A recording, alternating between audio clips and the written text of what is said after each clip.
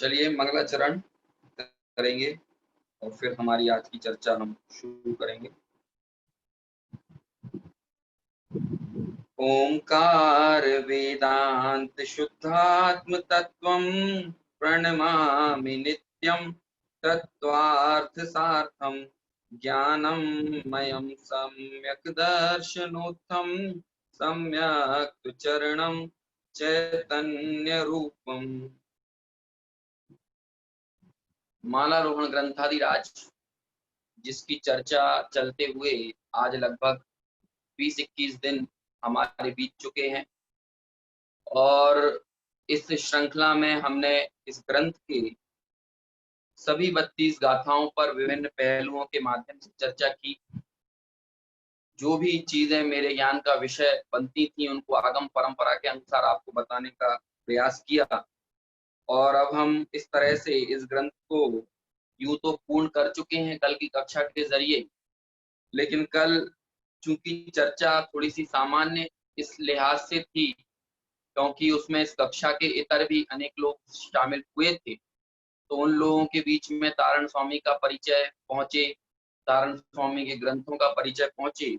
इस भावना के साथ हमने कक्षा की कंटिन्यूटी के साथ साथ थोड़ी सी सामान्य चर्चा भी वहां पर की थी। 31वीं और 32वीं गाथा का विषय कल हमने यद्यपि लिया और उसी विषय को थोड़ा सा और यहाँ पर एक बार रिवाइज करते हुए थोड़ी उस पर और विशेष चर्चा करते हुए पूरे मालारोहण ग्रंथ के सार को हम लगभग 20-25 मिनट में समझने का प्रयास करेंगे। एक बार पुनः गाथा नंबर 31 और गाथा 32 इन दोनों गाथाओं को और इनके पद्यानुवाद को मैं यहाँ से पढ़ूंगा और फिर हमारी इस चर्चा को हम आगे बढ़ाएंगे। गाथा 31। जेषोऽथ बुद्धस्य गुणसस्य रूपं रागादिदोषं मलपुञ्ज त्यक्तं ते धर्म प्रकाशं मुक्ति प्रवेशं ते माल दृष्टं हृदय कंठरुलितम्। पद्यानुवाद। जिनके प्रगट है शुद्ध वा निज ज्ञान गुण स्वभाव है, कर्म मल अनुराग आदि का किया जो अभाव है। वे हैं प्रकाशित धर्म से और शीघ्र पाए मुक्ति को, अंतर हृदय में उन्हीं के गुणमाल का सद्भाव है। और इस ग्रंथ की अंतिम गाथा, गाथा नंबर 32। जैसे तनंतम मुक्ति प्रवेशम शुद्धम स्वरूपम गुणमाल ग्रहितम, जेके विभव्यात्म सम्यक् शुद्धम तेजात मोक्षम कथितम जिनेन्द्रयी। पद्यानुवाद। जो शिव गए अब तक सभी और जाएंगे चिरकाल तक, उनने ग्रहा अंतर हृदय इस शुद्ध निज गुण माल को। जो भव्य जन समकित सहित गुण माल को इस धारते, वे शीघ्र ही मुक्ति लहें संशय नहीं जिनवर कहें। एक अंतिम गाथा के माध्यम से तारण स्वामी ने ये समझिए कि पूरे अपने अंतर हृदय की बात और संपूर्ण आगम के सार को एक पंक्ति के माध्यम से हमारे सामने प्रस्तुत किया। जो बात तारण स्वामी ने गाथा नंबर 4 में एक तरह से शुरू की थी कि भाई आप सभी जीव पहले तो ये निर्णय करो कि आपको संसार दुख रूप लगता है या नहीं लगता है। यदि संसार ही आपको आनंदकारी लगता है, मंगलकारी लगता है और बंधन में ही आपको मजा आ रहा है, फिर तो इस आत्म गुणों की माला के चर्चा करने का बहुत विशेष प्रयोजन तो सिद्ध होने वाला है नहीं, क्योंकि इसे आप सुन भी लेंगे तो भी आपकी प्रवृत्ति जो है वो तो संसार शरीर विषय भोगों में ही रहेगी। तो तारण स्वामी ने पहले तो यही बात कही कि भाई थोड़ा सा दृष्टि को सूक्ष्म कीजिए। जैसे ये संपूर्ण दुनिया, ये जगत, ये चराचर संपूर्ण जो सृष्टि हमको दिख रही है, जिस तरह से ये सारी सृष्टि और इसके जीव बड़ी स्थूलता के साथ अपना जीवन बिता रहे हैं, कि जो उनकी आंखें दिखाती हैं वही मान लेते हैं, जो उनका स्पर्शन इंद्रिय जो विषय बनाती है वो उसे स्वीकार कर लेते हैं, है ना। घ्राण इंद्रिय के, रसना इंद्रिय के, कर्ण इंद्रिय के, इन्हीं विषयों को ही वे एक तरह से हम कहें कि बस इसको ही वो जीवन मानते हैं। तो जिस तरह से एक चारवाक नाम का मत रहा, जिसके लिए भौतिकवाद बड़ा ही महत्वपूर्ण रही, और वो डंकी की चोट पर चारवाक मती जैसे कहते हैं कि भाई भाई कोई भस्मीभूतस्य देहस्य पुनरागमनम कुतः, कि ये देह तो भस्मीभूत हो जाने वाली है और आप देह मात्र ही हो, इसलिए पुनरागमन उनरागमन कुछ होने वाला है नहीं, स्वर्ग नरक पुण्य पाप कुछ नहीं होते, आप तो मजे से जिंदगी जियो। और ऐसी ही जिंदगी, ऐसा ही जीवन यदि हमारा चल रहा है, तो तारण स्वामी कहते हैं फिर तो इस उपदेश का कोई बहुत विशेष प्रयोजन आपको साबित नहीं होगा। इसलिए जो चर्चा तारण स्वामी ने गाथा नंबर 4 में छेड़ी थी, उस चर्चा का ये समझिए कि चरमोत्कर्ष या आगम के ज्ञान का चरमोत्कर्ष जो है वो यही है, वो भेद विज्ञान है, वो सम्यक दर्शन है। और उस सम्यक दर्शन या जिस सम्यक दर्शन को यहाँ तारण स्वामी ने अपनी भाषा में माला का, गुणमाला का आरोहण कहा। अब गुणमाला का आरोहण कहा जाए अथवा आत्मानुभूति कहा जाए अथवा सम्यक दर्शन कहा जाए, इन चीजों में, इनके भाव में बहुत अंतर नहीं है ना। आत्मगुणों की माला का आरोहण मतलब जिसे तारण स्वामी अपने शब्दों में कहते हैं कि भाई ते माल दृष्टम हृदय कंठ रुलितम, है ना। उनके, उन्होंने, ते यानी उन्होंने, उन लोगों ने हृदय कंठ रुलितम, अपने हृदय रूपी कंठ में क्या किया है, इसका आरोहण किया है और इस माला को देखा है। ते माल दृष्टम, उन्होंने इस माला को देखा है। अब जो भी प्रसंग तारण स्वामी के बीच में उस समय रहा और उन्होंने एक प्रतीक के रूप में कि माला का आरोहण करो, कि भाई विवाह आदि उपलक्ष्य जो कार्यक्रम होते हैं, उन कार्यक्रमों में वर वधु को माला पहनाती है, वधु वर को माला पहनाते हैं और वे जन्म जन्म का एक दूसरे का साथ निभाने का वादा करते हैं। ये तो बड़े झूठे वादे हैं, कोरे वादे हैं, इनमें कोई दम नहीं है ना। सभी को अपने अपने कार्य सिद्ध होने के बाद, अपनी अपनी आयु पूर्ण होने के बाद इन सारे रिश्ते नातों को बिखर जाना है ना। आचार्य पूज्यपाद ने इष्टोपदेश नाम के ग्रंथ में लिखा, दिग्देशेभ्य खगा एत्ते संवसंती नगे नगे स्वस्व कार्य वशाध्यांति देशे दिक्षु प्रगे प्रगे। जैसे कि अनेक दिशाओं से पक्षी उड़कर आते हैं और वे रात्रि में किसी एक पेड़ पर विश्राम करते हैं, लेकिन स्वस्व कार्य वशाध्यांति, अपना अपना कार्य सिद्ध होने के बाद वे सभी पक्षी जो रात में एक साथ बसेरा कर रहे थे, वे देशे दिक्षु प्रगे प्रगे, मतलब देश अलग अलग दिशाओं में, अलग अलग देशों में वे वापस निकल जाते हैं, भ्रमण करने के लिए निकल जाते हैं, चले जाते हैं। ऐसे ही ये सारा जो संसार का जो संबंधों का, जो पूरा रिश्ते नातों का, जो पूरा एक हमारे बीच में जो संयोग बने हैं, ये सब अपने अपने कार्यों को सिद्ध करने के बाद अपने अपने परिणामों और अपने अपने कर्मों के अनुसार अपनी अपनी गतियों में जैसे इनके परिणाम है वैसे वैसे चले जाएंगे, है ना। जब हम कर्णानुयोग की चर्चा सुनते हैं, पढ़ते हैं और उसमें पंच परावर्तन की कथा आती है, तो कहते हैं भाई जीव जीव से, जितने अनंत अनंत जीव हैं, उन सभी जीवों से इस जीव ने हर तरह का रिश्ता जोड़ा है ना। हर तरह के कण कण से इसने संबंध स्थापित किया है, हर पुद्गल के अणु अणु को इसने भोगा है। आप पंच परावर्तन की कथाएं तो सुने तो रोंगटे खड़े हो जाएंगे, है ना। इन चीजों को फिर भजनों में भी प्रस्तुत किया गया, भजन बनाया गया इस प्रवृत्ति को, है ना। एक बड़ा सुंदर भजन आता है, भूल कर अपना घर जाने कितनों के घर तुझको जाना पड़ा। क्या क्या कहा कि भूल कर अपना घर जाने कितनों के घर तुझको जाना पड़ा। और फिर इसके अंदर देखिए जो अंतरे आते हैं, है ना, जो आगे, जो थी जननी कभी वो ही भगनी बनी, जो थी भगनी कभी वो ही फिर आगे फिर इस तरह की पंक्तियां हैं, जो थी भगनी कभी वो ही वो ही रमणी बनी। इस तरह की पंक्तियां हैं कि जो कभी जननी थी वही बाद में बहन बन जाती है, जो कभी बहन थी वही बाद में स्त्री बन जाती है, जो पुत्र था वही बाद में कभी पिता बन जाता है, कभी भाई बन जाता है, कभी वही शत्रु बन जाता है।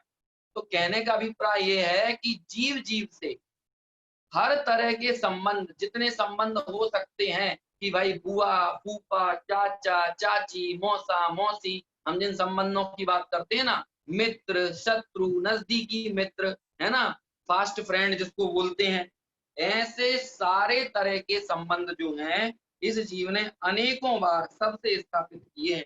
तो कहते हैं भाई अब थोड़ा चेतो, अब थोड़ी जागृति लेकर आओ, और इनमें जो रमण करने की प्रवृत्ति अनादिकाल से पड़ी हुई है अब बस ठहर जाओ। इसलिए वहां तारण स्वामी ने कहा कि जे संसार दुखम जे नर विरक्तम, कि पहले में पहले यदि कोई चीज निर्णय करने योग्य है तो वो यही है कि भाई संसार के दुखों से विरक्त तो हो, लेकिन जिन्हें संसार में ही मजा आ रहा है ना, उन्हें जिन्हें अपनी जिंदगी यहीं पर सार लग रही है, और जो अपने इन चर्म चक्षुओं से दिखने वाली दुनिया को ही सत्य मानते हैं और कभी अपनी अंतर्दृष्टि का प्रयोग नहीं करते हैं, युक्तियों का प्रयोग नहीं करते हैं, आगम के अनुसार अपनी दृष्टि नहीं बनाते हैं, और अपनी उस मान्यता का ही एक तरह से कहें कि ढिंढोरा पीटते हैं कि हम जो मान रहे हैं वो सही मान रहे हैं। ठीक है ना? अज्ञान में इस तरह का एक अहंकार पनपता है कि हम जब तक अज्ञानी होते हैं तो हम अपने आप को बहुत ज्ञानी महसूस करते हैं, लेकिन जब हम अध्ययन करने के लिए, जानने के लिए आगे बढ़ते हैं तब हमें पता चलता है कि भाई हम तो कितने बड़े अज्ञानी थे, है ना? एक बड़ी सुंदर बात कही जाती है कि जब मैं कुछ नहीं जानता था तब मुझे लगता था कि मैं सब कुछ जानता हूँ, और आज जबकि मैं कुछ जानने लगा हूँ तब मुझे पता चला कि भाई वास्तव में तो मैं कुछ भी नहीं जानता हूँ। तो दुनिया की यही स्थिति है, लोग अपने अज्ञान का ही ढिंढोरा पीट रहे हैं, और उस अज्ञान को ही ज्ञान मानकर आप पढ़ने की कोशिश तो कीजिए, चेष्टा कीजिए। हमारी जो आगम की संपदा है, हमारा वैभव है, कितना विशाल, कितना अप्रतिम है। अब कितनी विडंबना और पूर्ण स्थिति या विषमता पूर्ण स्थिति कहें कि अनेक लोग ऐसे हैं कि तारण स्वामी के नाम पर जय जयकार करें, तारण स्वामी लोगों के स्वाभिमान का विषय बन गए हैं, लेकिन पूरा जीवन बीत गया और तारण स्वामी के ग्रंथों का ही उन्होंने अध्ययन नहीं किया। तो आप सोचिए कि जो जो गुरु हमको एक तरह से कहें कि जन्मजात मिले थे, है ना, जिनका मार्ग, जिनका उपदेश हमको सहजता से जहां पर प्राप्त हुआ था, हमने वही नहीं पढ़ा है। तो अब हम विशाल आगम संपदा जो है, इतना आगम का वैभव है, उसको जानने के लिए तो फिर लोगों के पास कहाँ समय है, कौन पढ़े? अब आपको क्या बात बताएं, आपको आश्चर्य होगा लोगों को सुनकर कि कईयों वर्षों तक जैन ग्रंथों की होलियां जली, ये कथाएं तो आपने सुनी होंगी, लेकिन इसके बावजूद भी हमारा जो जैन साहित्य है, जैन आगम है, आज भी लाखों की संख्या में उपलब्ध है, और उनकी काउंटिंग यदि की जाए तो हजारों पुस्तकें तो काउंटिंग में हैं। कम से कम 2-3 हजार पुस्तकों की लिस्ट तो आपको मैं फॉरवर्ड कर सकता हूँ, जो कि मूल हजारों वर्ष पहले के आचार्यों की लिखी हुई जो जो पुस्तकें हैं, जो किताबें हैं, वो ही अभी हजारों की संख्या में हैं। और उसके बाद यदि विद्वानों ने और जिन जिन लोगों ने जैन दर्शन पर, जैन साहित्य पर, है ना, जैन आगम पर, परमागम पर जिन्होंने कार्य किया है, यदि उनको भी जोड़ लिया जाए तो लगभग 10 लाख के आसपास अभी जैन साहित्य अभी विद्यमान है, इतनी होली जलाने के बावजूद भी। और आप यदि अपने जीवन में हर रोज एक पुस्तक भी पढ़ें, एक पुस्तक एक दिन में पढ़ें, मान के चलिए ज्ञान समुच्चय सार आप एक दिन में पढ़ लेते हैं, है ना, ऐसे एक पुस्तक एक दिन में पढ़ें और पूरे जीवन में आपका 100 वर्ष का जीवन हो तो भी आप 35-40 हजार पुस्तकें ही पढ़ पाएंगे, और उसके बाद भी बहुत सारा जैन साहित्य जो बाकी रह जाएगा। अब सोचिए हम लोगों ने कभी आगम में चेष्टा करने का प्रयास ही नहीं किया, लेकिन फिर भी कहते हैं कि भाई जो मूलभूत बात है, जिन ग्रंथों, जिन आगमों में बात कही है, अनेक युक्तियों से बात कही है, हर तरह पर आचार्यों ने हमारे कलम चलाई है ना, हर तरह की विधा पर लिखा है, हर तरह की विधा में लिखा है, और हर तरह के विषय में लिखा है। जैन ज्योग्राफी, भूगोल पर किताबें हैं, जैन गणित पर है ना, गणित, मैथमेटिक्स, आप मैथमेटिक्स देखें तो आपको आश्चर्य पड़ जाए, साइंस पर, जैन विज्ञान पर किताबें हैं। अभी मैं एक व्याख्यान सुन रहा था तो मुझे बड़ी गजब की जानकारी प्राप्त हुई, है ना, कि आंखें कैसे काम करती हैं। ये सरवार सिद्धि में पूज्यपाद आचार्य ने इतना सूक्ष्म वर्णन किया है कि एक विद्वान है, वे विद्वान नेत्र चिकित्सक के पास पहुंचे अपनी आंख दिखाने के लिए, और उन्होंने कहा कि जरा ये देखिए कि ये आचार्य क्या लिखते हैं, आंख कैसे काम करती है ना। दूसरा अध्याय तत्वार सूत्र में जो सूत्र है ना कि निर्वृत्ति उपकरण इत्यादि रूप द्रव्येंद्रियां होती हैं, लब्धि उपयोग रूप भावेंद्रिय होती है। तो द्रव्येंद्रिय और भावेंद्रिय के स्वरूप का जो वर्णन है, वहां पर इंद्रियां कैसे काम करती, आंख कैसे काम करती है, तो वो नेत्र चिकित्सक को वो चीज दिखाई, ईएनटी स्पेशलिस्ट को, वो देखकर दंग रह गया कि उसने कहा कि भाई ये तो हमने हमने जो पढ़ा है आंख कैसे काम करती, उससे भी गहरी बात है, जहां तक तो हम पहुंचे ही नहीं है। जो हमने पढ़ा है वो तो इसमें है ही, लेकिन ये उससे भी आगे की बात बताते हैं कि ये आखिर इनका इनका फंक्शनिंग कैसे होती है, काम कैसे होता है। लेकिन जब हम पढ़ने के लिए जाएं, जब हम समझें, तब हमें पता चलेगा कि वाकई में जैन आगम अध्यात्म कितना कितना विशाल है, कितना वृहद है ना। तारण स्वामी ने तो उस पूरे आगम के सार को सिर्फ अध्यात्म शैली में, क्योंकि अध्यात्म जो है वो आगम में से ही निकलता है। जैसे कि जो जो घी है, यह जो मलाई है, जो मक्खन है, वो दूध में से ही निकलता है, बिना दूध में से मक्खन नहीं आएगा। ऐसे ही अध्यात्म आगम में से ही आता है। अध्यात्म जो है वो आगम की ही आगम का ही एक ऐसा परिष्कृत रूप है जो हमारे लिए, हमारे दृष्टि के विषयभूत भगवान आत्मा तक पहुंचने के लिए जो कार्यकारी है, वो आगम के बगैर अध्यात्म नहीं है। तो तारण स्वामी की शैली तो आध्यात्मिक है, लेकिन ये जो अध्यात्म का उन्होंने वर्णन किया वो उसी आगम परंपरा से है। तारण स्वामी भी जीव समाज की बात करते हैं, गुणस्थान की बात करते हैं, मार्गण स्थान की बात करते हैं, लेकिन वे गुणस्थान, मार्गण स्थान और जीव समाज की बात करते हुए उन उस जीव समाज और गुणस्थान, मार्गण स्थान आदि में छुपी हुई जो चैतन्य ज्योति है, उस चैतन्य ज्योति को हमको दिखाते, मतलब मूलभूत मुद्दे की बात तक हमको पहुंचाते हैं।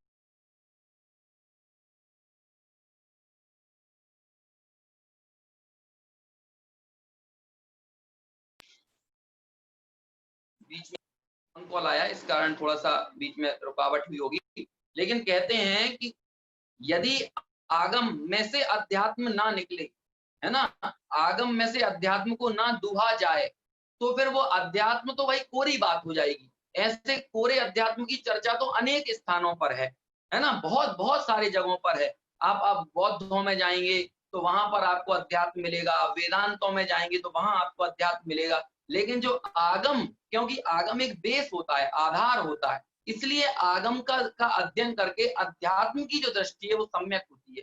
तो इस तरह से तारण स्वामी भाई हमको संसार शरीर और भोगों से विरक्त करके पहले तो दृष्टि को सम्यक बनाने का भी उन्होंने हमें एक मार्ग प्रशस्त किया, और साथ में उन्होंने कहा कि भाई अपने उपयोग को जहां तहां भ्रमाना बंद करो, और जो हमारे लिए प्रयोजनभूत है ना, ऐसी जिससे हमें वीतरागता बढ़े, जिसमें हमारी साम्य की वृद्धि हो, ऐसी साम्य की वृद्धि जिसके जरिए हो, ऐसे उस मार्ग के अवलंबन लेने के लिए हमको आगे आना चाहिए, हमको उसका प्रयास करना चाहिए। ऐसी सुंदर बात कही। और जो बात मैं बार बार आपसे जो कह रहा हूँ कि चौथी गाथा में जो उन्होंने कहा कि भाई संसार शरीर और भोगों से विरक्त हो, है ना, या फिर जिसे कहते हैं बहुत सारे अलग अलग तरह से तारण स्वामी ने चर्चा की। तारण स्वामी ने कहा कि भय आशा स्नेह और लोभ को छोड़ो, और ये भय आशा स्नेह और लोभ को छोड़ने वाली बात ऐसा नहीं है कि तारण स्वामी ने ओरिजिनली तारण स्वामी ने कही है। आप रत्नगंज शावकाचार्य का 30वें नंबर का 30, है ना, 30वें नंबर का श्लोक पढ़िए, उसमें आपको मिलेगा। मूल यही 4 शब्द हैं, भय आशा स्नेह लोभाच, है ना, भय आशा और स्नेह लोभाच के जो त्यागी हैं, है ना, इस तरह से भय आशा स्नेह और लोभ से इनका त्याग करके जो देव की श्रद्धा करते हो, इस तरह के छंदों का, श्लोक का प्रयोग, वाक्य का प्रयोग वहां पर समंत भद्राचार्य ने किया है। तो तारण स्वामी ने उन्हीं चीजों को बहुत ही, कहना चाहिए कि आगम के सार को और हमारे लिए जो प्रयोजन परक है, उस प्रयोजन परक वस्तु को हमारे सामने यहाँ पर तारण स्वामी ने प्रस्तुत किया। उन्होंने कहा कि 3 शल्यों को छोड़ो, है ना, मन माद को छोड़ो, राग का खंडन करो, है ना, 25 दोषों का परिहार करो, 3 मूर्ताओं को छोड़ो, है ना, एक तरह से जो मूलभूत जो तत्व हैं उनका वर्णन तारण स्वामी ने किया। है ना, कि 7 तत्व, 9 पदार्थ, 6 द्रव्य, 5 अस्तिकाय, इनको जानो। और पूरा का पूरा जो द्रव्य संग्रह ग्रंथ है वो इन्हीं के वर्णन पर केंद्रित है। द्रव्य संग्रह ग्रंथ में 5 अस्तिकाय, 6 द्रव्य, है ना, 7 तत्व, 9 पदार्थ, रत्नत्रय, इनका वर्णन है। वही वर्णन तारण स्वामी यहाँ पर लिखते हैं, है ना। वही तारण स्वामी के हिसाब से वही 27 तत्व जिसको हम कहते हैं, है ना, इस तरह से वही वर्णन करके तारण स्वामी ने कहा। अब आप सोचिए कि 27 तत्वों के आप सिर्फ नाम सुन लेंगे तो क्या 27 तत्वों के नाम सुनने भर से 27 तत्वों का स्वरूप ख्याल में आ जाएगा? उसके लिए तो जो आगम की परंपरा है, क्योंकि हमें आगम की परंपरा को देखना पड़ेगा ना, कि कहाँ पर 6 द्रव्यों का विस्तार से वर्णन है, कहाँ पंचास्तिकाय का वर्णन है, कहाँ 9 पदार्थ का वर्णन है, कहाँ 7 तत्वों का वर्णन है। तारण स्वामी ने तो इशारा दिया, सिर्फ संकेत दिया कि भाई 27 तत्वों के विशेष स्वरूप को जानू। अब तारण स्वामी ने भी स्वयं इनका विस्तार किया है ना। आप ज्ञान समुच्चय सार पढ़ें, उपदेश शुद्ध सार पढ़ें, तारण तरण शावकाचार पढ़ें, है ना, ममल पाहुड़ पढ़ें। ममल पाहुड़ एक अलग ही शैली का और एक अलग ही कहना चाहिए कि बड़ा आस्वादन लेने वाला ग्रंथ है, और वहां भी दृष्टि को सम्यक बनाने का प्रयास किया। बड़ी गूढ़तम, बड़ी गहरी बातें उस ममल पाहुड़ में फूलनाओं के माध्यम से प्रस्तुत की गई हैं। लेकिन वहां हमें पढ़ने के लिए आगे बढ़ना पड़ेगा। ये 3 बत्तीस ही तो उस सार को संक्षेप में हमारे सामने प्रस्तुत करती है ना। लेकिन और इसी तरह का जो और अन्य वर्णन है हमको वो देखना पड़ेगा। तो इस तरह से जो पूरी चर्चा थी, उस पूरी चर्चा के पूरे मंतव्य को, मूल माल को हमारे सामने प्रस्तुत करते हैं। कि पहले उन्होंने ये बात की चर्चा तो की कि भाई कि सम्यक दृष्टि जो है वो ही इस आत्म गुणों की माला का आरोहण करने वाला है। जो पूरा प्रकरण चला था भगवान महावीर, है ना, और भगवान महावीर और राजा सैनिक के बीच में जो एक रूपक खड़ा किया संवाद का, और उस संवाद में ये प्रश्न किए, और तारण स्वामी ने सिरे से उन चीजों को खंडित कर दिया जिनको ये दुनिया बड़ी महिमावंत मानती है। दुनिया के लिए रुपए, पैसे, संपदा, वैभव, है ना, पद, पैसा, प्रतिष्ठा, मान सम्मान, इनकी बहुत कद्र है। लेकिन तारण स्वामी कहते हैं इनकी कोई वैल्यू नहीं है। हम लोग तो किन छोटे छोटे से पुण्यात्मा लोगों को, पुण्यात्मा तो नहीं कहूंगा, पुण्यों का उपभोग करने वाले, पुण्य को भोगने वाले उन लोगों को देखकर हमारी दृष्टि स्खलित हो जाती है। हम लोग मान के चलो कि अपनी पूरी श्रद्धा उन लोगों पर लुटा देते हैं, है ना, हमें बड़ा महिमावंत लगते हैं वो लोग। तारण स्वामी ने तो कहा कि मिथ्या दृष्टि हो और इंद्र हो, उनकी नजर में कोई इज्जत नहीं है उसकी। तारण स्वामी तो कहते हैं कि भाई वो विद्याधर हो, चाहे वो चक्री हो, हम चक्रवर्ती की वैल्यू भी उसके चक्रवर्तित्व के कारण नहीं करते, बल्कि उसकी अंतर्दृष्टि के कारण करते हैं, है ना, उसकी उसकी वीतराग परिणति के कारण करते हैं। अरे और तो कहाँ तक बात करें भाई, हम लोग ऋषभ देव को क्यों पूछते हैं? मैं आपको आपके सामने प्रश्न छोड़ता हूँ, भगवान महावीर तो हमारे लिए क्यों वैल्यू है? भगवान महावीर की वैल्यू हमारे लिए इसीलिए नहीं है कि वो तीर्थंकर हैं, बल्कि भगवान महावीर की वैल्यू इसीलिए क्योंकि वो अरहंत हैं। हमारी किसी स्तुति और वंदना में तीर्थंकर को नमन नहीं किया है, तीर्थंकरत्व के कारण किसी को नमन नहीं किया है, अरहंतत्व के कारण नमन किया है। और लमोकार मंत्र भी जो है, उस लमोकार मंत्र में भी हमने अरहंतत्व को नमन किया, तीर्थंकरत्व को नमन नहीं किया। आपने सोचा क्यों तीर्थंकरत्व को नमन नहीं किया? क्योंकि तीर्थंकर प्रकृति भी कर्म रूप है, वो 148 कर्म प्रकृतियों में आती है, वो भी कर्म है, बंधन है, और जब तक उस बंधन से जीव ना छूटे तब तक मुक्त नहीं हो सकता। समझ में आया ना? और जब हम कहते हैं, या तारण स्वामी लिखते हैं बारंबार कि यहाँ पर लिखा था ना पहले, रागादि दोषम मल पुंज त्यक्तम, और पहले भी एक बार ये चर्चा आई, कर्म मल से जो रहित है, कर्म मल का जिन्होंने त्याग किया। तो आप बताइए कि 148 प्रकृतियां जो कर्म की होती हैं, है ना, उनमें नाम कर्म की 93 प्रकृतियां हैं, और उन नाम कर्म की 93 प्रकृतियों में ही एक प्रकृति तीर्थंकर प्रकृति है। तो नाम कर्म की कोई प्रकृति मल है और कोई निर्मल है, क्या हम ऐसा भेद कर सकते हैं? यह साता वेदनीय निर्मल है और असाता वेदनीय मल है, ऐसा कहा है? नहीं भाई, ऐसा नहीं कहा। कर्मों में भेद मत करो, कर्मों से भेद करो। क्या बोला? कि कर्मों में हमको भेद नहीं करना। हमारे साथ बड़ी बड़ी ये दुविधा हो गई है कि तारण स्वामी या अन्य जो आचार्य ज्ञानी भक्त पुरुष जो हुए, वो कहते हैं कर्मों से भेद करो, अपने को कर्मादि से भिन्न जानो। हम लोग क्या करते हैं, हम बड़े चालाक लोग हैं, हम कर्मों में भेद कर लेते हैं, ये कर्म अच्छे हैं और ये कर्म बुरे हैं। तीर्थंकर प्रकृति अच्छी है, साता वेदनी अच्छी है, उच्च गोत्र अच्छा है ना, मनुष्य आयु अच्छी है, देवायु अच्छी है और बाकी चीजें बुरी हैं। ऐसा भेद मत करो, है ना। विकल्पों से भेद करो, विकल्पों में भेद मत करो। क्या कहा?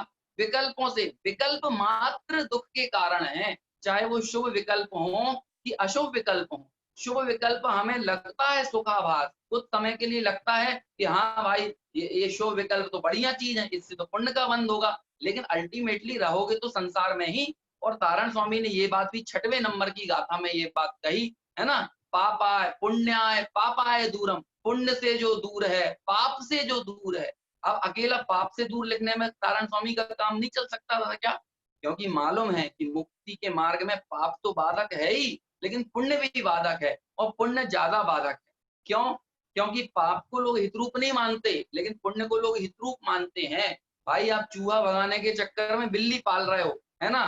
पहले आप चूहे की गंदगी से परेशान थे, अब बिल्ली गंदा करेगी घर को। तो इसी तरह पहले पाप रूप परिणामों से विकल्प तरंगें खड़ी होती थी, अब पुण्य को हित रूप मानोगे तो उससे भी विकल्प तरंगें खड़ी होंगी, और दोनों ही शुद्ध भाव में, है ना, दोनों ही सम्यक्त में बाधा ही पहुंचाएंगे। आत्मानुभूति में दोनों ही बाधक हैं, क्योंकि पुण्य का राग भी दुखकारी है। इसलिए हमारे आचार्य कर्मों से भेद करने की बात करते हैं, कर्मों में भेद करने की बात नहीं करते। हमारे आचार्य विकल्पों से भेद करने की बात करते हैं, विकल्पों में भेद करने की बात नहीं करते। हमारे आचार्य विकार से भेद करने की बात करते हैं, विकार में भेद करने की बात नहीं करते। मल तो मल होता है भाई, है। लोग कहने लगे कि नाक का निकला हुआ मैल तो मैल है, कान का निकला हुआ मैल मैल नहीं है। ऐसा होता है क्या कि भाई कान के मैल को हाथ लगा के भी रोटी खाना उचित नहीं है और नाक के मैल को हाथ लगा के भी रोटी खाना उचित नहीं है ना। पाप नाक का मैल है तो पुण्य कान का मैल है, लेकिन मैल दोनों ही है। मैल में भेद मत करो, मल में भेद मत करो। मल तो मल होता है। अब मल में थोड़ी हम इस तरह से हे उपादेयपना करेंगे कि ये मल उपादेय और ये मल हे है। ऐसे ही शुभ कर्म उपादेय हैं और अशुभ कर्म हे है, तो मल में हम भेद कर रहे हैं। यहाँ तारण स्वामी देखिए 31वें नंबर की गाथा में क्या लिखते हैं। वे लिखते हैं कि मल पुंज त्यक्तम। क्या लिखा? मल पुंज त्यक्तम, कि कर्म मल के जो पुंज हैं, कर्मों के पुंज हैं, कर्मों का जो ढेर है, उनका त्याग किया। और ये बात सिर्फ तारण स्वामी नहीं कही, आचार्य कुंद कुंद की समय सार की आत्मख्याति टीका में, है ना, अमृत चंद्राचार्य ऐसी भावना भाते हैं कि भाई तीर्थंकर प्रकृति बिना भोगे खिर जाए। क्या कहते हैं? तीर्थंकर प्रकृति बिना भोगे खिर जाए, मतलब मुझे तीर्थंकर प्रकृति की भी भावना नहीं है। क्यों? क्योंकि तीर्थंकर प्रकृति की भी यदि कोई भावना भाए, समझ लो वो कर्म की ही भावना भा रहा है ना। तीर्थंकर तीर्थंकर बनने का राग करोगे तो कोई तीर्थंकर नहीं बनेगा। स्वभाव का की तरफ प्रीति करोगे तो ही तीर्थंकर आदि प्रकृतियां बंद होती है ना। तो इसलिए स्वभाव की तरफ दृष्टि करने का ही मार्ग जो है वो हमारे ज्ञानी आचार्यों ने, विद्वानों ने, है ना, भगवंतों ने हमारे सामने प्रशस्त किया है, और उसको वैसे समझना बहुत जरूरी है। ठीक है ना। हमने तो ये आपके सामने 18-20 दिन चर्चा की, और हम लोग इस चर्चा को सुन के इतिश्री कर लें तो ये उचित नहीं है। क्या है कि हमें निरंतर अभ्यासी होना बहुत जरूरी है। आगम के अभ्यास के बिना काम चलने वाला नहीं है। हमें स्वयं विवेकी होकर, स्वयं परीक्षा करके, स्वयं निर्णयवान होना पड़ेगा। क्यों? क्योंकि ये मोक्ष मार्ग एक ऐसी चीज है, यहाँ पर दूसरों की बुद्धि से काम नहीं चलता है। स्वयं के विवेक, स्वयं की परीक्षा, स्वयं की बुद्धि से ही इस मार्ग में आगे बढ़ने से जो है वो हमारा कार्य सिद्ध हो सकता है। तो तारण स्वामी बड़ी उत्तम और उत्कृष्ट बात इस पूरे प्रकरण को पूर्ण करते हुए कहते हैं कि भाई सुनो, जे सिद्धनंतम, तुम रोज नमो सिद्धारम बोल रहे हो ना, तुम्हें सिद्धों का वाकई में वैल्यू है, वाकई में उनकी कद्र है। तो कहते हैं जे सिद्धनंतम, जो सिद्ध हैं, जो अनंत सिद्ध हैं, वे सब अनंत सिद्ध कैसे अनंत सिद्धत्व को प्राप्त हुए, कैसे उन्होंने मुक्ति की प्राप्ति की। कि जे सिद्धनंतम मुक्ति प्रवेशम, जो सिद्धों ने मुक्ति की प्राप्ति की, जो उन्होंने सिद्धत्व की प्राप्ति की, वो कैसे की? तो कहते हैं शुद्धम स्वरूपम गुणमाल ग्रहितम, उन्होंने शुद्ध स्वरूप और इस गुणमाल का ग्रहण करके ही सिद्धत्व प्राप्त किया है। आज तक ऐसा कोई जीव नहीं हुआ जो बिना आत्मानुभव के, जो बिना आत्म गुणों की माला का आरोहण किए बगैर सिद्धत्व हो गया हो। माला तो एक प्रतीक है, मतलब ये मत समझिए कि ऐसी कोई माला मिलती हो और वो आपके गले में या सिद्धों के गले में पहनाए फिर वो सिद्ध बने। हमको इसे प्रतीक मानना चाहिए और प्रतीक के रूप में ही तारण स्वामी ने लिखी उपमा दी है। जैसे उपमा देते हैं चांद सा चेहरा, है ना, तब चेहरा कोई चांद नहीं हो जाता। ऐसे ही आत्म गुणों की कोई माला नहीं है कि उसमें जैसे फूल लगे रहते हैं मालाओं में, ऐसे आत्म गुण टंगे हुए हों किसी माला में। वास्तव में मैं ही अनंत गुणात्मक जो मेरा स्वरूप है वही माला है, और उसका ग्रहण करना। जो बहिरात्मा है, जिसकी पर द्रव्य में दृष्टि है, वो पर द्रव्य की दृष्टि वाला अपने इस वैभव को नहीं देख रहा है, वो आत्म गुणों को नहीं देख रहा है और बाहर की मालाओं को पहनने के लिए लालायित है। तो तारण स्वामी कहते हैं कि इन मालाओं में जीवन मत लगाओ, है ना। ये मालाएं तो पहनने के बाद उतार ली जाती हैं। आजकल तो ऐसा सिस्टम चलने लगा है कि मान के चलो कि ज्यादा गेस्ट हो गए हों तो वही गेस्ट को माला पहना देते हैं, फिर उन्हीं मालाओं को खींच लेते हैं, फिर वही माला दूसरे गेस्ट को पहना देती है ना। वो तो औपचारिकताएं मात्र बनकर रह गई हैं और उनसे कुछ होने वाला नहीं है ना। और उसमें ही हम बड़े राग देश करते हैं, इष्टनिष्ठ की बुद्धि करते हैं, देखो हमें लास्ट में माला पहनाई या हमें पहनाई नहीं, हमें स्टेज पर नहीं बुलाया। तो कहते हैं इन सब चक्करों में मत पड़ो। ये बाहर का वैभव, ये बाहर के मान सम्मान तो बहुत पराधीन है ना। पर दब्बाओ दुब गई, ये बहुत सुंदर गाथा है आचार्य कुंद की। पर द्रव्य से दुर्गति होती है ना। पर द्रव्य में गई हुई दृष्टि दुर्गति का कारण है, और हमारी जितनी दृष्टि पर द्रव्य को देखने वाली रहेगी तो हमारी दुर्गति ही होगी। और दुर्गति का मतलब सिर्फ ये नहीं होता, दुर्गति का मतलब ये नरक नरक निगोद ही दुर्गति नहीं है। लोगों से यदि इस तरह की बातें करो कि भैया गति बिगड़ जाएगी परिणाम सुधारो, गति बिगड़ जाएगी परिणाम सुधारो, ऐसी बात करो तो लोग समझते हैं कि स्वर्ग चले जाएंगे मतलब गति सुधर जाएगी।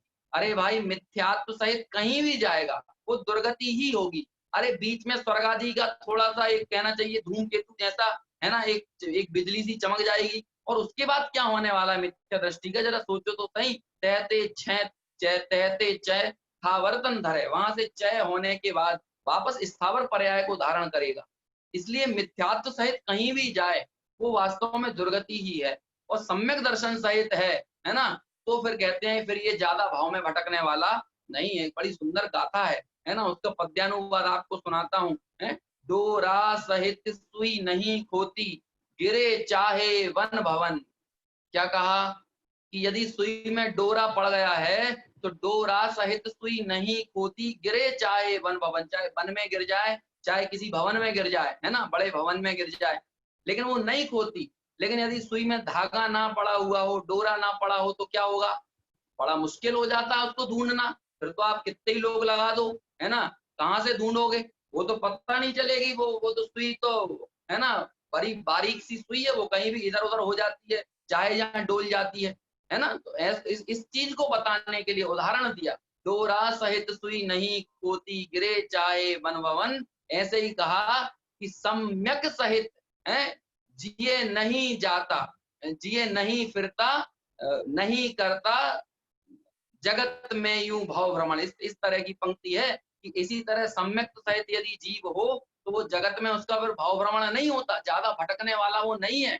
अधिकतम अर्ध पुद्गल परावर्तन, हालांकि अर्ध पुद्गल परावर्तन में भी बहुत काल आता है, लेकिन अनंत संसार के सामने अर्ध पुद्गल परावर्तन चुल्लू भर है ना। एक तरफ बहुत बड़ा समंदर हो और समंदर का चुल्लू भर पानी हम ले लें तो ऐसे ही चुल्लू भर पानी जितना होता है ना, ऐसे चुल्लू भर पानी जितना अर्ध पुद्गल परावर्तन है। फिर तो आदमी ना भी चाहे कि हमें मोक्ष नहीं जाना, लेकिन सम्यक दर्शन उसे मुक्ति की प्राप्ति करा कर ही रहेगा।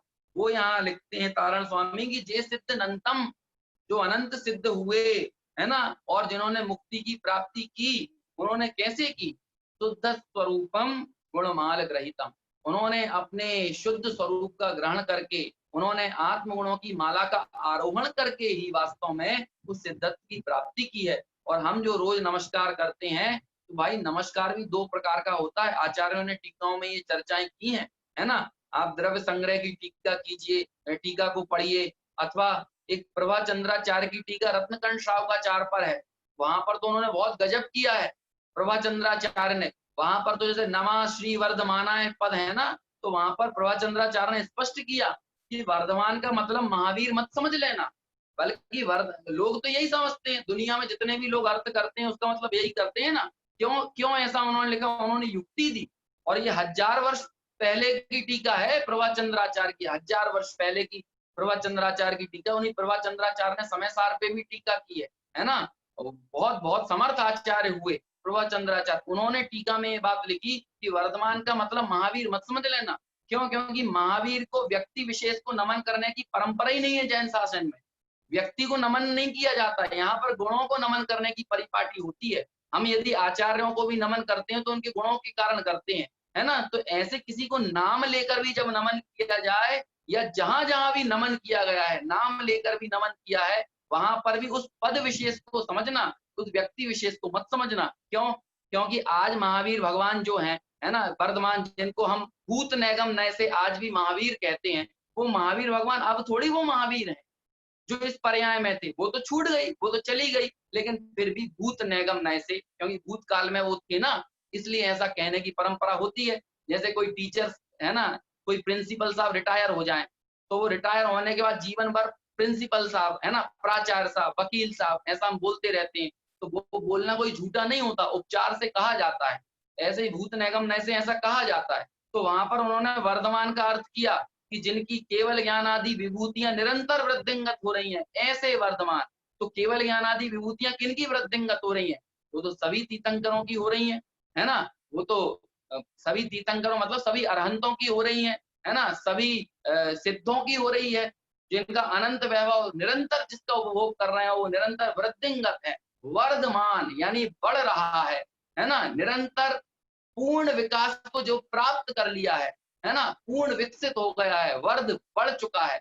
ऐसी उस वृद्धिंगत ज्ञान वैराग्य रूप लक्ष्मी, है ना, छायक सम्यक्त्वादि यथाख्या चारित्र इत्यादि जो अनंत वैभव संपन्नता है, वो पूर्ण वृद्धिंगत हुई है।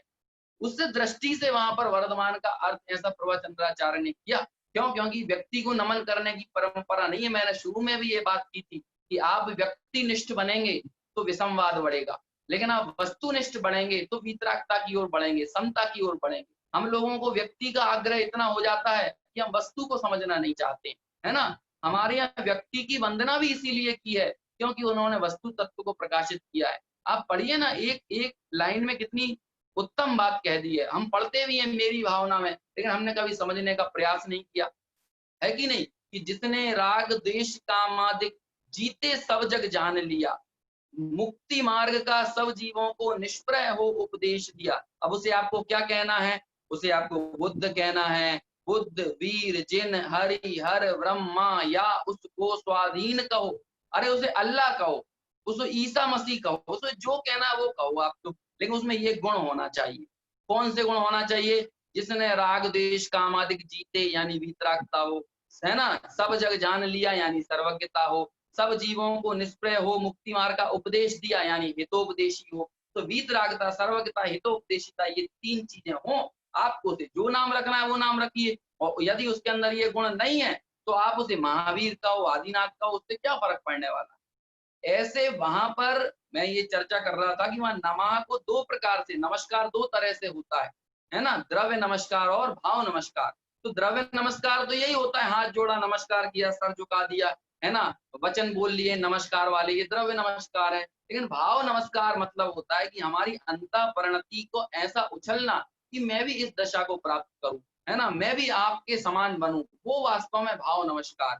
और हमारे आचार्यों ने मंगलाचरण में यही भावना भाई कि मैं इस तरह से आपके इस वैभव को मैं भी अर्जित करूं, मैं भी अरहंत अवस्था का, सिद्ध अवस्था को मैं भी अपने जीवन में प्राप्त करूं। जैन शासन ही एक ऐसा शासन है, जैन दर्शन ही एक ऐसा दर्शन है जो भगवान के समतुल्य होने की बात करता है, भगवान ही होने की बात करता है ना। बाकी सब दर्शनों में हमेशा भक्त को भक्त बनाए रखते हैं, भगवान भगवान बने रहते हैं, या फिर दूसरी ये बात कहेंगे कि सब उसका ही अंश है और उसमें ही मिल जाएंगे। लेकिन हमारे यहाँ ऐसा नहीं है भाई, जैन दर्शन में ऐसी बात नहीं है। सब स्वतंत्र हैं, कोई किसी का अंश नहीं है, सब स्वतंत्र हैं, और सब अपनी अपने अपनी परिणति के कारण, है ना, यदि उसकी बाह्य परिणति है, विषय भोगों में लगी हुई परिणति है तो वो दुख उठा रहा है, और यदि अपने स्वरूप में रमी हुई परिणति है तो वो सुख भोग रहा है। क्षेत्र से सुख का संबंध नहीं है ना, द्रव्य से सुख का संबंध नहीं है ना, काल से सुख का संबंध नहीं है। लेकिन काय से मूल तो भाव की बात होती है ना। जिसने अपने स्वभाव को पाया है वास्तव में वही सुखी है। क्षेत्र से थोड़ी कोई सुखी दुखी होता है। अब आप विचार कीजिए इस सिद्धालय में, है ना, उसी सिद्धालय में अनंत निगोदिया जीव हैं और उसी जगह पर अनंत सिद्ध भगवंत हैं और अनेकानेक जीव तो जिस जिस प्रदेश में, जिस आकाश के प्रदेश में सिद्ध हैं, उसी आकाश के प्रदेश में निगोदिया जीव भी है। लेकिन सोचिए उसी आकाश प्रदेश में एक जीव अनंत सुखी है और एक जीव अनंत दुखी है। तो सुख और दुख का कारण क्षेत्र हुआ। या हम लोगों को लगता है अरे भगवान के सिद्धों के प्रदेश में यदि कोई हो तो वो तो सुखी हो सकता है कि नहीं? कि नहीं भाई, सिद्धों के प्रदेश में होने से कोई सुखी नहीं होता। जो अपने स्वरूप में होता है वो सुखी होता है ना। सिद्धों की भी कहते हैं सिद्धों की छाया में आ जाए, तो सिद्धों की छाया तो छोड़िए, सिद्ध जहां पर हैं उसी प्रदेश में, उन्हीं प्रदेशों के साथ निगोदिया भी है कि नहीं? लेकिन फिर भी वो दुखी हैं। क्यों? क्योंकि जिसकी दृष्टि स्वरूप की तरफ है वो सुखी है और जिसकी दृष्टि बाह्य है, संयोगों पर है, शरीर पर है, प्राप्त पर्याय में है, वो दुखी है। ये बात है। तो यहाँ कहा कि जो सिद्ध हुए अनंतों, उन सिद्धों ने कैसे मुक्ति प्राप्ति की और हम उन्हीं सिद्धों को नमस्कार करते हैं, नमो सिद्धाणम। तो हम सिद्ध होना चाहते हैं या नहीं चाहते हैं, ये तो निर्णय करें, ये विचार तो करें। यदि सिद्ध होने ही नहीं चाहते फिर तो बात ही छोड़ दो, फिर तो कोई चर्चा का मतलब ही नहीं है ना। फिर तो कहना चाहिए सिर्फ ये कानों को सिर्फ सुहाए या थोड़ा पुण्य आदि का बंद कर ले, यही मात्र प्रयोजन यदि रखें तो ये तो बहुत उत्तम प्रयोजन नहीं है ना। हालांकि हमारे आचार्यों ने थोड़ा सा लालच ऐसा भी दिया है कि स्वर्ग आदि की प्राप्ति का लालच देके भी सम्यक प्राप्त करने का लोगों को कहा। लेकिन जब लोग इस मार्ग पर आ जाते हैं तब उनसे कहते हैं कि भाई स्वर्ग आदि का मोह छोड़ो, बल्कि फिर तो ये कहते हैं कि सम्यक दर्शन की पर्याय का भी मोह छोड़ो। क्यों? अपने त्रिकाली द्रव्य स्वभाव पर दृष्टि करो, है ना। निरपेक्ष जो तत्व है, परम परिणामिक भाव स्वरूप, ऐसे उस तत्व की तरफ आओ। लेकिन वो जो जीव जहां खड़ा हो उसे उसकी भूमिका से हटाने के लिए, उसकी जड़ता को तोड़ने के लिए उसको हिलाया जाता है कि उठ भाई, कहाँ यहाँ पर सो के प्रमादी बनकर अपना समय गवा रहा है, उठ मुक्ति मार्ग में लग, है ना। ये हमने पहले चर्चा की थी कि पहले तो व्यक्ति को बाहर से मंदिर लाया जाता है, जब मंदिर आ जाता है तो फिर उसके अंदर आने की बात कहते हैं। ऐसे ही पहले तो पाप में पड़ा हो तो हमारे आचार्यों ने इस तरह का उपदेश भी दिया। मैं ये नहीं कह रहा हूँ कि पुण्य का उपदेश नहीं दिया, व्रत आदि का उपदेश नहीं दिया, है ना, भक्ति पूजा का उपदेश नहीं दिया, दिया है, लेकिन वो अंतिम साध्य नहीं है, अंतिम गंतव्य नहीं है। जब जीव उस चीज में लग जाता है, पुण्य में लग जाता है, तो कहते हैं पुण्य में मत अटक जाना, बल्कि और आगे बढ़ना है। क्योंकि यहाँ यदि अटक कर रह गए तो फिर बड़ी दिक्कत होगी। और यदि इसको ही धर्म मान लिया तो फिर तुम अटके ही नहीं हो, फिर तो भटक गए हो, है ना। फिर तो अटकना ही नहीं, भटकना ही हो गया। क्यों? क्योंकि तुमने असली धर्म को नहीं पहचाना और पुण्य को धर्म मान लिया। तो फिर ऐसे में उसको झिझोरा है, उसको हिलाया है कि भाई तू उठ। और तारण स्वामी ने वो बात लिखी कि पापाय पुण्य पापाय दूरम, पुण्य से भी जो दूर है और पाप से भी दूर है। ये चर्चा की इस तरह से कितना पूरा का पूरा ये समझिए कि मूलभूत आगम की जो व्यवस्था थी, उस संपूर्ण व्यवस्था को हमारे बीच में रखकर उसका परिचय कराकर तारण स्वामी ने हमारी दृष्टि स्वभाव की तरफ जाए इस तरफ जोर दिया और कहा कि भाई माला का आरोहण करो, माला का आरोहण करो। माला का आरोहण करो मतलब अपने आत्म गुणों की पहचान करो, क्योंकि यदि ये पहचान नहीं करोगे तो फिर कार्य सिद्ध होने वाला नहीं है। ऐसी ये गाथा लिखते हैं कि जे सिद्ध अनंतम मुक्ति प्रवेशम, जो अनंत सिद्ध हुए जिन्होंने मुक्ति की प्राप्ति की, वे सब शुद्धम स्वरूपम गुणमाल सहितम, गुणमाल ग्रहितम, उन्होंने इस गुणमाला का ग्रहण किया है, अपने शुद्ध स्वरूप का उन्होंने ग्रहण किया है। जे के भी भव्यात्म शुद्धात्म शुद्धम, और जो कोई भी भव्य आत्मा कैसे हैं, सम्यक शुद्धम, शुद्ध सम्यक से सहित हैं, वे क्या करेंगे? तो कहते हैं ते जात मोक्षम, वो मोक्ष जाएंगे। और कौन ने ये बात कही है? ये जिनेंद्र भगवान ने बात कही है। इसका मतलब जो ऐसे नहीं होंगे वो क्या करेंगे? वो क्या करेंगे? वो संसार में भटकेंगे, है ना। ऐसे ही कभी इल्ली बिल्ली किल्ली, है ना, यही बन के अपना जीवन गवाएंगे, हैं, कभी अग्नि कायक में, कभी जल कायक में, कभी वनस्पति कायक में। क्यों? क्योंकि ये जो संयोग आज हमें दिख रहे हैं ये हमेशा तो रहने वाले हैं नहीं। अब इन संयोगों का यदि सदुपयोग नहीं हुआ और हमने इनका अपनी बुद्धि का, अपने ज्ञान का, अपने अपने को जो पुण्योदय से देव गुरु शास्त्र आदि का जो निमित्त बना है, इसका सदुपयोग ना किया और अन्य चीजों में अपना समय लगा दिया है, मान के चलो कहना चाहिए कि सामाजिक व्यवस्थाओं में ही लगे रहे हैं, घर की व्यवस्थाओं में ही लगे रहे। कई लोग ये समझते हैं थोड़ी सामाजिक व्यवस्था बनाए रखने में वो समझते हैं हमारा धर्म यही है ना। और बस कई बार आपने देखा होगा ना 10 लक्षण वगैरह में कई लोग रहते हैं, मंदिर को साफ कर दिया, मंदिर का को चमका दिया, है ना, सब चीजें कर दी, लेकिन मंदिर के अंदर जाके नहीं बैठते। माइक ठीक करवा दिया, दरी वरी बिछवा दी, लेकिन जिनवाणी सुनने नहीं बैठेंगे, वो काम नहीं करेंगे। वो सोचेंगे इतना कर दिया यही पर्याप्त है ना। ठीक है, उनके उनके उपयोगानुसार उनका थोड़ा पुण्य बंदित हो जाएगा, लेकिन कहते हैं वो बहुत कार्यकारी नहीं है। क्यों? क्योंकि जो जिस देशना का पान करना चाहिए था, जो जिनवाणी सुनना चाहिए था, वो तो सुनी नहीं, जिससे इस जीव का कार्य सिद्ध होना हो, लेकिन वो कार्य तो इसने वास्तव में किया नहीं। तो ऐसे बाहरी कार्यों में लगे रहने से, व्यवस्थाएं बनाने से इसका व्यक्तिगत हित हो जाए, ऐसा कैसे संभव है? वो नहीं हो सकता है। इसलिए भाई जिन देशना को सुनने में अनुद्यमी नहीं होना, उस देशना को सुनना, पढ़ना, समझना और समझने के बाद उसे हृदयंगत करना, उसे उस रूप अपने को स्वीकार करना, क्योंकि यदि वैसा स्वीकार नहीं तो फिर कभी भी अपने कार्य की सिद्धि होने वाली नहीं है। देखिए एक बहुत सुंदर गाथा मैं आपके सामने प्रस्तुत करता हूँ, है ना। जिनेंद्र भगवान के वचन कैसे हैं? यहाँ कहा ना कथितम जिनेंद्रई, जिनेंद्र भगवान ने कहा ते जात मोक्षम, के जात मोक्षम, कौन मोक्ष जाता है, कौन मोक्ष जाता है? लिखा ना ऊपर की पंक्ति में, जे के भी भव्यात्म सम्यक शुद्धम, जिस किसी भव्यात्मा ने शुद्ध सम्यक को धारण किया है, वो मोक्ष जाता है। और वो सम्यक की प्राप्ति कैसे हुई? कि जिनेंद्र भगवान के उपदेश को ही ग्रहण करके, जो पूरी चर्चा की ना तारण स्वामी ने, आप देखिए शुरुआत से, काया प्रमाणम तुम ब्रह्म रूपम, तुम काया प्रमाण हो, ब्रह्म स्वरूप हो, 27 तत्वों का उल्लेख किया, 25 सम्यक के दोष बताए, उन दोषों के साथ ही उनके ही जो विरोधी है ना, निशंकितादि अंग होते हैं, शंकादि दोष है और निशंकितादि अंग है ना। तो दोष नहीं है तो मतलब सम्यक के 8 गुणों से सहित है। देखिए 11 प्रतिमाओं का वर्णन किया, 16 कारण भावनाओं की बात की, कितनी मतलब पूरे द्रव्यानुयोग और चरणानुयोग, या फिर कहना चाहिए कि जो जो पूरे 27 तत्वों में पूरे विश्व व्यवस्था का स्वरूप है। अब इसके अलावा कुछ है ही नहीं दुनिया में, 27 तत्वों के अलावा कुछ नहीं है। और उस स्वरूप के निर्णय करने की बात कह दी, समझ लो पूरे विश्व को जानने की बात कह दी। और जब विश्व को जानना कब सार्थक है? एक शब्द तारण स्वामी ने बार बार कहा, आप उस एक शब्द को पकड़ लीजिए और उसकी गहराई में जाइए, आप उस एक शब्द से ही अपना कल्याण कर सकते हैं, उस एक शब्द से सम्यक दर्शन हो सकता है। अरे सोचिए, तुष्मास भिन्नम, ये तो आगम का वाक्य नहीं था, यहाँ तारण स्वामी ने तो एक आगम के वाक्य का इतना उल्लेख किया। कौन सा वाक्य है? तत्वार्थ सार्धम, तत्वार्थ का सार जो है उसे जानो, तत्वार्थ सार्धम तुम दर्शनेत्वम, तत्वार्थ का सार जो है उसे तुम देखो, उसे जानो, उसे पहचानो। कितनी बार कहा? एक बार बोल देते तो आदमी भूल जाए, 2 बार में भूल जाए, मैं समझता हूँ कि कम से कम नहीं तो 14 बार ये शब्द आया होगा, 14 से ज्यादा ही बार आया होगा, कम नहीं आया होगा। ऐसे तत्वार्थ सार्धम, तत्वार्थ सार्धम, तत्वार्थ के सार को जानो, उसे साधो, उसका निर्णय करो। क्या है तत्वार्थ का सार? वो शुद्धात्मा है। बताइए कौन सी चीज रह गई है? एक माला रोहण की 32 गाथाओं में क्या अब इन्हीं को विस्तार कर दो, आप 27 तत्वों का विस्तार कर दो तो 1000 पेज का ग्रंथ बन जाएगा। कर दीजिए एक एक चीज का 350 350 पेज की द्रव्य संग्रह की टीका है, हो गए ना, उसमें यही तो वर्णन है 5 अष्टसिद्धि का। और विस्तार से वर्णन कर दो।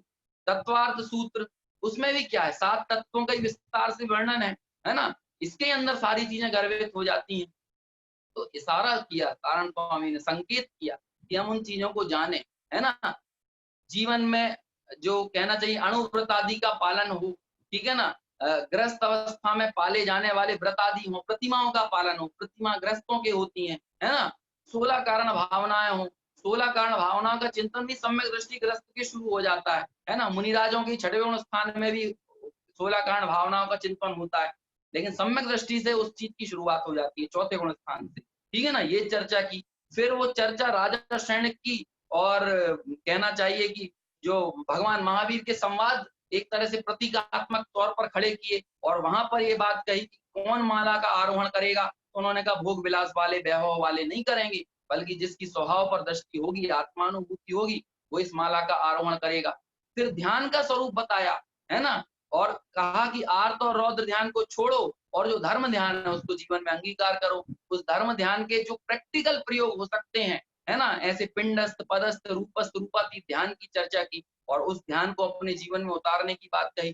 तो इस तरह से मद मान का त्याग, स्नेह का, आशा का, लोभ का त्याग, शल्यों का त्याग, है ना, पुण्य और पाप की वासना का त्याग, सारी चर्चा करने के बाद क्या करना और क्या नहीं करना, ये पूरी चर्चा हमारे बीच में रखी। और उसके बाद यहाँ कहते हैं आखिर में कि ते जात मोक्षम कथितम जिनेन्द्रम, कौन मोक्ष जाता है? तो कहते हैं कि जे के भव्यात्म सम्यक शुद्धम, जो सम्यक से शुद्ध है। इससे पहले उन्होंने ये भी कह दिया कि भाई वो सम्यक कोई भी हो, है, वेदक सम्यक हो, औपसमिक हो, चाहे छायक सम्यक हो, लेकिन सम्यक सहित हो, क्योंकि सम्यक सहित व्यक्ति को ये पता रहता है कि वो कौन है। वो अपने को पर्याय रूप नहीं मानता, शरीर रूप नहीं मानता, और उसे अपना वास्तविक स्वरूप, अपने अपने अपने त्रिकालीय स्वरूप का उसको निर्णय होता है ना। अपने को चेतना लक्षण रूप मानता है, अपने को असत्य विनाशी जो संयोग आदि हैं उनके अनुभव से वो शून्य होता है। ये सारी चर्चा की, और उस चर्चा करने के बाद कहते हैं कि भाई ते जात मोक्षम कथितम जिनेन्द्र, कौन मोक्ष जाता है? कि जे के भी भव्यात्म शुद्धात्म, जे के भी भव्यात्म सम्यक शुद्धम, जिस किसी ने भी शुद्ध सम्यक को जीवन में धारण किया है। और कहा कि सिद्धम जे सिद्धनंतम मुक्ति प्रवेशम, भैया ये सिर्फ तुम्हारी हमारी या एक दो चार लोगों की बात नहीं है, जे के भी, जो कोई भी अनंत सिद्ध मुक्ति में प्रवेश किए हैं उन सब सिद्धों ने यही काम किया। उन सभी ने इस भेद विज्ञान आत्मानुभूति के जरिए ही वो आज मुक्ति श्री का वर्ण किए हुए हैं। इसके अलावा कोई रास्ता नहीं है, नहीं है, नहीं। अब आपको जो करना है आप कर लो, लेकिन उसे करने से कुछ बहुत विशेष प्रयोजन की सिद्धि नहीं होगी, है ना। मैंने पहले भी एक पंक्ति सुनाई थी आप लोगों के बीच में, फिर सुनाता हूं। जिसने चेतन के भीतर झांका बस उसने जीवन देखा, बाकी ने तो खींची रे परितप्त तटों पर देखा। कि जिसने अपने शुद्धात्म तत्व के भीतर झांका उसने ही इस जीवन को देखा है, जीवन को जिया है। बाकी सभी ने तो सिर्फ तपते हुए संसार के तटों पर, संसार के समंदर के तटों पर लंबी रेखा को लंबायमान करने का काम किया है, अपने भाव को लंबा करने का काम किया है। तो ऐसी ये बात है भाई, है ना। अनेक विद्वानों ने, ज्ञानियों ने यही हमको उपदेश दिया, है ना, कि इतने पुण्योदय से ये संयोग मिले, इनका सदुपयोग करके अपना अपना कल्याण करो, है ना। बहु पुण्य पुंज प्रसंग से नरदेह मानव का मिला, को भी अरे भव चक्र का फेराना एक कभी टला। देखिए क्या क्या लिखते हैं यहाँ पे, संसार का बढ़ना अरे, नरदेह की ये हार है, तो भी अरे एक क्षण इसका तुझे किंचित विवेक विचार है। एक क्षण के लिए भी इसका विचार नहीं है कि नरदेह पाके भी संसार निरंतर वृद्धिंगत हो रहा है। ऐसे जिनेन्द्र भगवान के उपदेश को हृदयंगम करें, यही हमारे जीवन की सार्थकता को सिद्ध करने वाला साबित होगा।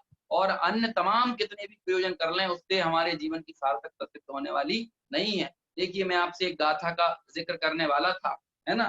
देखिए सुनिए कितना बढ़िया आचार्य कुंद कुंद ने दर्शन पाहुड़ ग्रंथ में ये गाथा उत्कृत की, है ना। जिनेन्द्र भगवान के वचन कैसे हैं, है ना। क्योंकि तारण स्वामी ने भी बारंबार कथितम जिनेन्द्रम कहा ना, भाई हमें जो जिनेन्द्र भगवान, है ना, जिन्होंने अपनी इंद्रियों को जीता, जिन्होंने अपने सर्व कर्म शत्रुओं को जिन्होंने खत्म किया, नष्ट किया, है ना, द्वेष पूर्वक रस नष्ट नहीं किया, बल्कि अपने स्वभाव में ऐसे रमण किया कि कर्मों की स्वतः संवर निर्जरा हुई और बाद में कालांतर में उन्होंने मुक्ति की प्राप्ति की।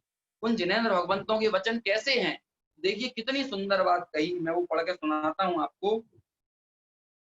जिणवयण मोसहमिणम, राग में पढ़ता हूं जैसे, जिणवयण मोसहमिणम विषय सुहविरयणम अमित भूतम, जर मरण बाहि हरणम भय करणम सवदो खाणम। दर्शन पावड़ में ये गाथा है। देखिए क्या मतलब है, जिणवयण मोसहमिणम, कहते हैं कि ये जिन वचन जो है ये कैसे हैं, ये तो भैया औषधि हैं, है ना। क्या है, औषधि हैं।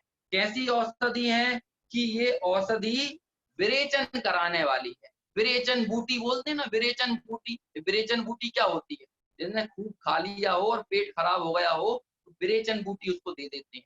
तो विरेचन बूटी खाने के बाद वो पूरा साफ हो जाता है ना, पूरी गंदगी बाहर निकल जाती है और वो अच्छा आदमी सुकून महसूस करता है। क्यों? क्योंकि पेट खराब हो तो ही सारे की सारी जितने रोग हैं वो यहीं से शुरू होते हैं, है ना। यदि पेट में गंदगी हो, पेट साफ ना हो, विरेचन ना हो, विरेचन यानी निकल जाना, है ना, तो विरेचन बूटी खाई जाती है। देखिए कैसी उपमा दे रहे हैं कि जिनेंद्र भगवान की जो वाणी है वो ऐसे ही औषधि है, विरेचन बूटी है। कैसी विरेचन बूटी है कि ये इंद्रिय विषयों में जिन्होंने सुख माना है, जो सुखाभास में सुख माने हुए हैं, है ना, इन लोगों के वो आभास, वो भ्रम जो है उसका विरेचन हो जाता है, उनकी ये गंदगी निकल जाती है ना। यो ये गंदगी है, तुमने इसमें, लोग बाग क्या करते हैं कि खूब खाते जाते हैं, बहुत मजा आ रहा है, बहुत मजा आ रहा है, और फिर बाद में विरेचन बूटी तलाशते हैं, है ना, कहते हैं ये जो भरे जा रहा है वो भरे जा रहा है अंदर, ये तुम्हें बहुत रोगों की जड़ है। लौकिक में ऐसा बताते हैं कि नहीं। ऐसे ही तुम ये इंद्रिय विषयों में जो घुसकर एकदम एकदम उनमें ही लगे जा रहे हो, उसमें ही अपना जीवन स्वाहा किए दे रहे हो। कहते हैं तुम्हें अभी तो अच्छा लग रहा है, जैसे खाते समय तो मजा आता है, खूब ठूसते जाता है आदमी, फिर बाद में जब तकलीफ होती है तो पता चलता है कि क्या दिक्कत हुई। ऐसे ही इंद्रिय विषयों में अभी जो घुस घुस के अभी बड़ा आनंद मान रहा है, बहुत मजा आ रहा है, बहुत मजा आ रहा है, और बाद में क्या होगा, जब 4 गति 84 लाख योनियों के दुख भोगेगा, नरक निगोद आदि गतियों में जाएगा, तो पता चलेगा इंद्रिय विषय का क्या फल होगा। तो ये जो उल्टी मान्यता है ना, ये विषयों में सुख मानने की, इस मान्यता का विरेचन हो जाता है। किससे होता है विरेचन? कि जिन वचन रूपी औषधि से। जिनेंद्र भगवान के वचन ऐसी औषधि हैं जिससे इस खोटी मान्यता का, विषयों में सुख है, इस मान्यता का विरेचन होता है। फिर कहते हैं कि और ये अमृतभूत हैं, अमृत हैं, अमित, है ना, अमृतभूत हैं, अर्थात अमृत समान हैं। और इससे क्या होता है कि जन्म जरा मरण रूप रोग इनका, इनको हरने वाले हैं। जन्म मरण वाही हरणम, यानी जन्म मरण वाले, जन्म जरा मृत्यु वाले रोग को ये हरने वाले हैं। और क्षय करणम, क्षय करणम यानी क्षय करने वाले हैं। किसका क्षय करने वाले हैं? सब दुखानम, सभी दुखों का क्षय करने वाले हैं। ऐसे जिनेंद्र भगवान। और ये बात द्रव्य संग्रह की टीका में ब्रह्मदेव सूरी ने भी कही है ना। वहां पर भी ये कहा कि जैसे कि बहुत ज्यादा भोजन कर लेने के बाद आचार्य किस किस तरह से समझाते हैं, जिस चीज का हम लोगों को अनुभव होता है ना, उस अनुभव से ही चीजों को समझाते हैं। ये इस तरह के उदाहरण देते हैं, है ना, कि जिस तरह से कि पेट में लोगों ने खूब खा लिया हो और वो परेशान हो रहा हो, तो जैसे कि वो हरड़ बहेड़ा आदि आदि औषधि खा लेने के बाद जब वो बाहर निकल जाता है तो बड़े शांति और तृप्ति महसूस करता है ना। ऐसे आचार्यों ने समझाया, ब्रह्मदेव सूरी ने समझाया। ऐसे ही जिनेंद्र भगवान के वचन कानों में पड़े, है ना, द्रव्य शुद्ध के अवलंबन से भाव शुद्ध का अवलंबन ले, मतलब उनके वचनों का भाव भाषण हो, तो कहते हैं ऐसे ये कर्म निर्जरित हो जाते हैं, कर्मों का विरेचन हो जाता है। और जैसे बाहर में, है ना, उस गंदगी के विरेचन से शांति महसूस होती है, कोई आदमी कितना, है ना, अच्छा महसूस करता है। तो सोचिए जब ये कर्मों के भार से, है ना, कर्मों से ये जीव जो परेशान है, जब इनका विरेचन होता है तो जी कितना अखंड अनुपम अद्भुत सुख प्राप्त होता होगा। और ऐसा सुख, अद्वितीय अनुभव, अनुपम सुख जो है वो सिर्फ इस जिनेंद्र भगवान के वचनों का आस्वादन करके उनमें रमने वाले जीव ही ऐसे परम सुख का उपभोग करते हैं। इसलिए हमें जिन वचनों के पढ़ने में, सुनने में, उनमें रमने में बिल्कुल भी आलसी नहीं होना चाहिए। और हर प्रकार से हमें अपने समय, शक्ति और बुद्धि का प्रयोग इन जिन वचनों को समझने में, और उसके माध्यम से जिनेंद्र भगवान जहां हमको ले जाना चाहते हैं, इसे अपने त्रिकाली शुद्ध स्वभाव का अनुभव करके हमें भी हमारे संसार का अभाव करने की तरफ तेजी से आगे बढ़ना चाहिए। और यही इस मालारोहण ग्रंथ का सार है। यही मालारोहण ग्रंथ के माध्यम से तारण स्वामी की हम सबको सीख है, हमें उपदेश है। और यदि हम हमारे गुरु के प्रति अपनी कृतज्ञता ज्ञापित करना चाहते हैं तो वो कृतज्ञता तभी ज्ञापित हम कर सकते हैं जब तारण स्वामी ने जो माला का आरोहण, आत्मगुणों की माला का अपने हृदय रूपी कंठ में आरोहण करने की बात कही है, यानी आत्मानुभूति की जो बात कही है, यदि हम वैसे आत्मानुभवी बनेंगे तभी वास्तव में हमारी सच्ची भक्ति तारण स्वामी के प्रति प्रदर्शित हम कर सकते हैं।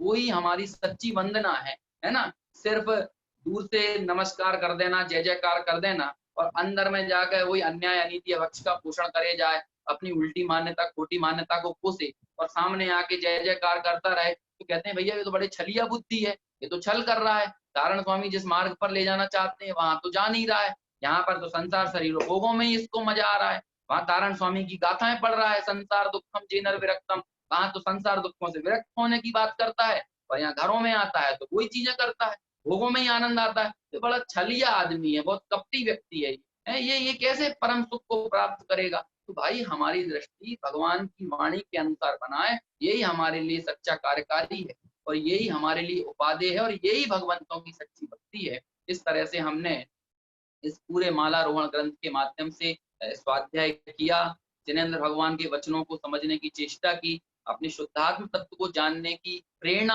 प्राप्त की और वास्तव में सिर्फ प्रेरणा ही प्राप्त नहीं करें, ये 2 दिन, 4 दिन, 6 दिन का काम नहीं है, है ना? जैसे अभी वो योग दिवस पे लोग बोल रहे थे ना कि योग सिर्फ 1 दिन करने की चीज नहीं है ना? बल्कि रोज करो, यदि तुम्हें जीवन भर स्वस्थ रहना है तो रोज योग करो। ऐसे ही तुम्हें आत्मिक तौर पर जीवन भर स्वस्थ रहना है और इस जीवन में ही नहीं बल्कि पारलौकिक जीवन में भी स्वस्थ रहना है, तो कहते हैं भैया आगम के अभ्यासी बनो और आगम के अभ्यासी होने के साथ साथ अपने स्वरूप के अभ्यासी बनो।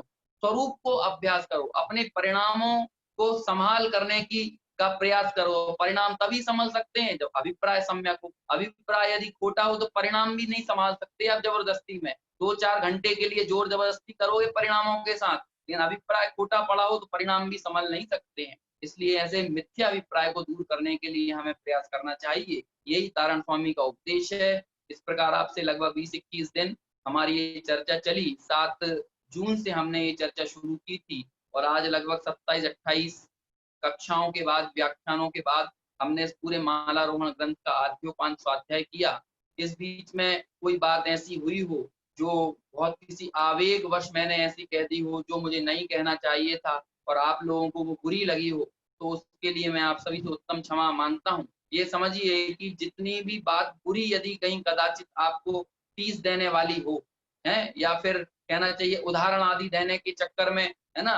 व्यक्ति की कषाएँ प्रबल हो जाएँ, क्योंकि हम भी क्षयोपशमी हैं, छद्मस्त हैं, है ना? और अभी तो मुनिराजों जैसी समता तो है नहीं, तो निश्चित तौर पर जब वाणी में कोई बातें आती हैं, तो कुछ बातें उद्वेग में, कषायों में, है ना? इस तरह से यदि कोई चीज़ें आई हों, तो वो मेरी अपनी भूल है ना? उसे मेरी अपनी गलती जानकर मुझे क्षमा करना और यदि कोई बात वाक़ई में वीतरागी भगवंतों के अनुसार कही गई, आपको रुचिकर लगी हो, तो उस बात को जिनेंद्र भगवान की जानकर अपने जीवन में ग्रहण करना। इस मंगल भावना के साथ हम इस मालारोहण ग्रंथ के स्वाध्याय को यहीं पर आज पूर्ण करते हैं और सभी जीव इस मालारोहण ग्रंथ का बारंबार अध्ययन अभ्यास करके इसमें कही गई विषय वस्तु को अंतर से, हृदय से समझें और उसे अपने जीवन में धारण करें। इसी मंगल भावना के साथ अभी अपना यहाँ विषय पर पूर्ण करते हैं। सभी से सादर जय जिनेंद्र, जय तारण तरण।